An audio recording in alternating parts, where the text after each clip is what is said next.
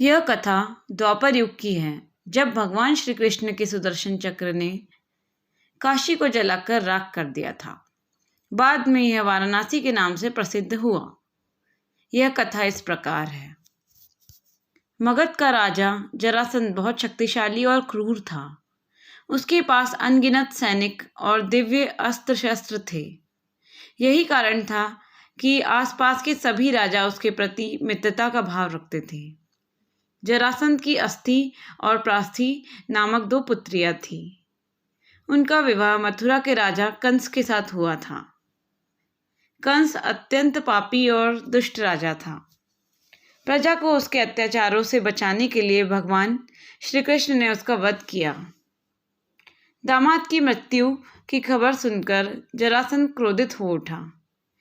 प्रतिशोध की ज्वाला में जलते जरासंध ने कई बार मथुरा पर आक्रमण किया, किंतु हर बार श्री कृष्ण उसे पराजित कर जीवित छोड़ देते थे।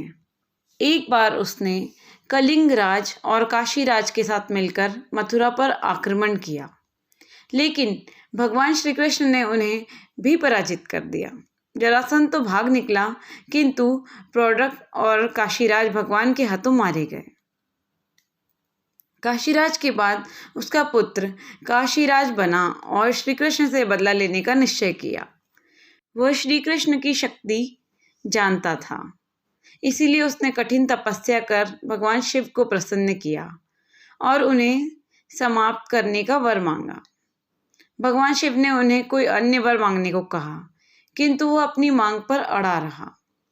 तब शिव ने मंत्रों से एक भयंकर कृत्या बनाई और उसे देते हुए बोले, वत्स, तुम इसे जिस दिशा में जाने का आदेश दोगे, यह उसी दिशा में स्थित राज्य को जलाकर राख कर देगी।